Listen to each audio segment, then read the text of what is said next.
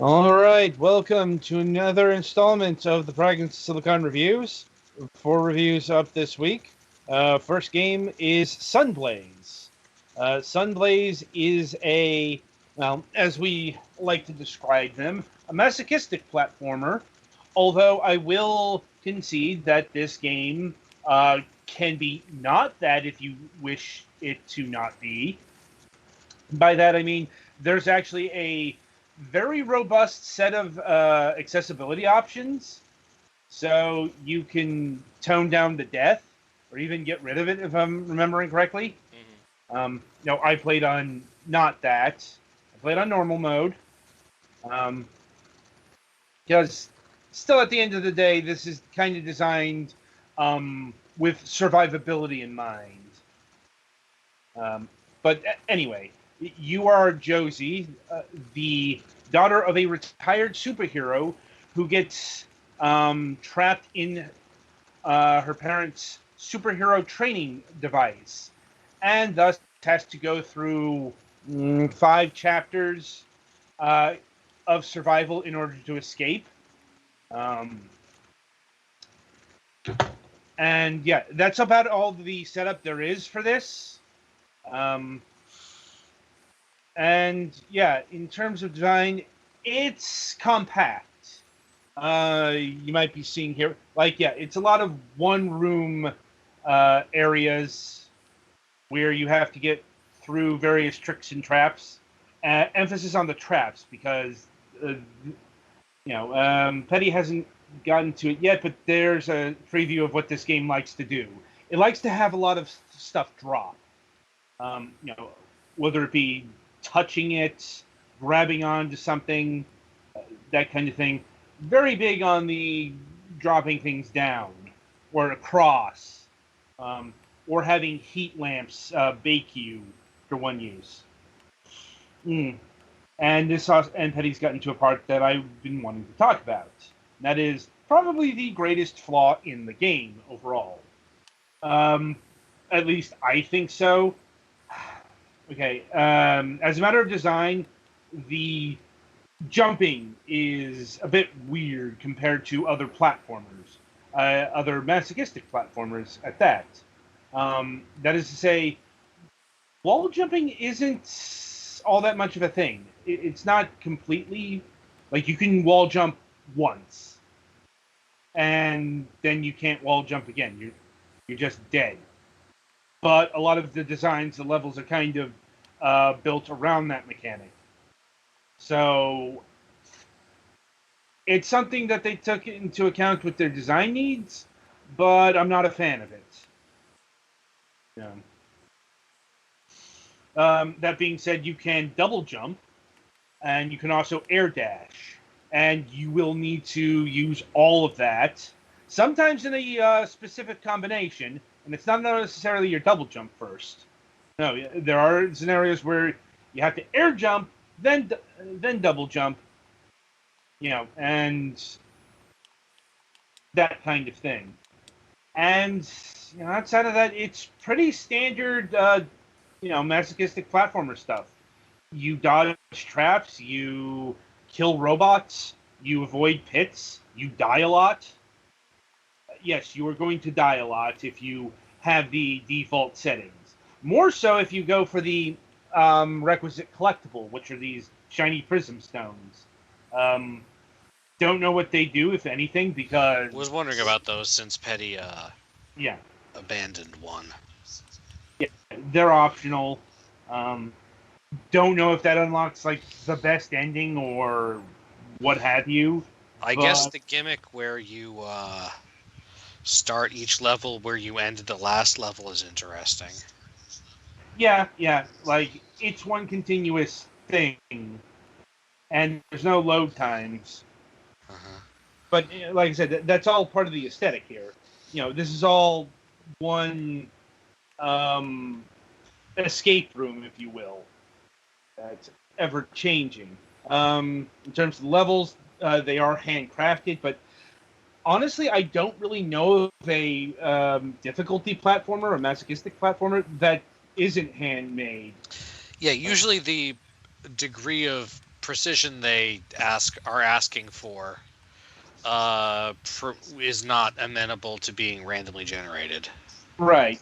And to be fair, a lot of those things are actually procedurally generated, which is different. It's like the bits and bobs are pre-made, but their arrangement is random. But I guess that still has the same effect, since this all needs to be planned out. Um, Now, as far as the movement, it's good. The speed is good. The pace is quick. You know, I do forget that our current gold standard for awful masochistic platformers is still Altaric, which just, hey, let's make one of these, but have the pacing of a glacier. No, that just doesn't work. These games got to be fast, quick, and snappy. You know, and of course, additional challenges are time trial, and not a formal time trial, but it does keep track of your time and the total amount of time, as well as the amount of deaths. Now, obviously, the better you are, the lower both of those numbers shorter will be. it'll be, and the less death you take. Once again, I'm not sure if there's any tangible rewards to that, or if it's just all bragging rights stuff. I'll be honest, I got about 2 chapters in before abandoning this game. It's nothing to do with the game itself. It's just I do not have the patience for these kind of games. Never did. They're not my cup of tea, but I can recognize that this is a pretty solid entry. It's not going to dethrone, say, Celeste or Super Meat Boy or anything like that, but definitely has. It's definitely better put together and has more personality than, say, that Pink Man game we reviewed last week. Art style is, I'd say, a generic 16-bit affair. Like, it's got the pixel art sprites, but I wouldn't say that this is invoking any sort of specific era of video gaming. But it also doesn't feel. I don't want to say low effort, but it also doesn't feel like. It doesn't feel flavorless either, at least in terms of like the character of Josie. The actual arenas, I'd say they don't get any personality until Chapter 3, like when they introduced, when they get away from the blue aesthetic. Like, you look on screenshots, and you will see more detail. Like there's the cave chapter, and so on and so forth. But starting out, it's pretty threadbare, pretty minimalist, and that's fine. The whole thing is fine. Ditto the music, though. It's one of those not really remembering it kind of affairs. And I suppose that's the major points of Sunblaze here. Petty, you've been playing the game. Do you have anything additional to add to the mix? It's a game. You can play it. I don't think it's not that generic. Yeah, like, it's alright. This isn't something I'd, kill an entire afternoon on, but... No, this is definitely the kind of thing I would play 15 to 30 minutes. So it's also worth noting that this game came out on the Nintendo Switch. That would explain the game design. Yeah. Maybe a better format for it. Don't know. Like I said, this just isn't my style of platformer. In terms of pricing, this game is currently on sale at $12.74.